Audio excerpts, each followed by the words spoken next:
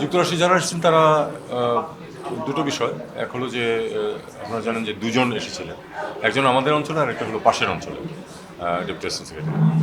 তো আমাদের অঞ্চলে নিয়ে তার সাথে আমাদের দ্বিপাক্ষিক বিষয়াদি নিয়ে তো কথাবার্তা হয়েছে। আমরা জানেন যে ইস্যুস কী কী আছে, এগুলো নিয়ে কথাবার্তা হচ্ছে স্বাভাবিক। কোনো মানে এর মধ্যে বিশেষ তেমন কিছু ছিল না। যেমন আপনার ইয়ার প্রসঙ্গটা উঠেছে, ওই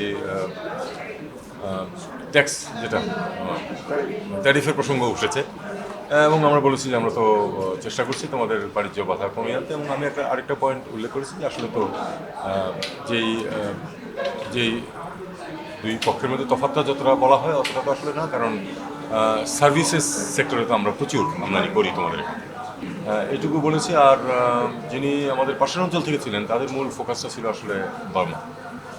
এই ব্যাপারে আমার অবস্থান আপনাদেরকে আমি বহুবার বলেছি।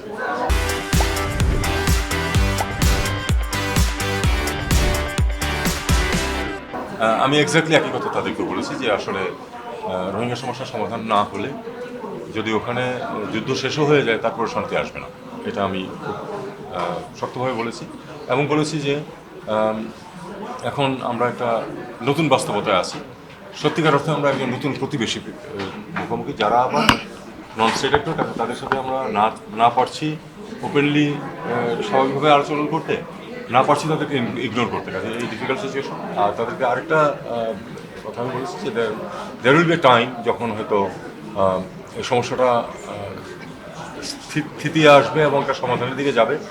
তখন আমাদের যে বন্ধু রাষ্ট্র আছে এবং শক্তিশালী রাষ্ট্র যারা আছে, তারা চাপ সৃষ্টি করতে হবে ওখানে যে নতুন ডিসপেন্সেশন আসবে তাদের উপরে, যে রোহিঙ্গাদের মানবিকভাবে বিবেচনা করতে হবে এবং তাদেরকে তাদের অধিকার ফিরিয়ে দিতে।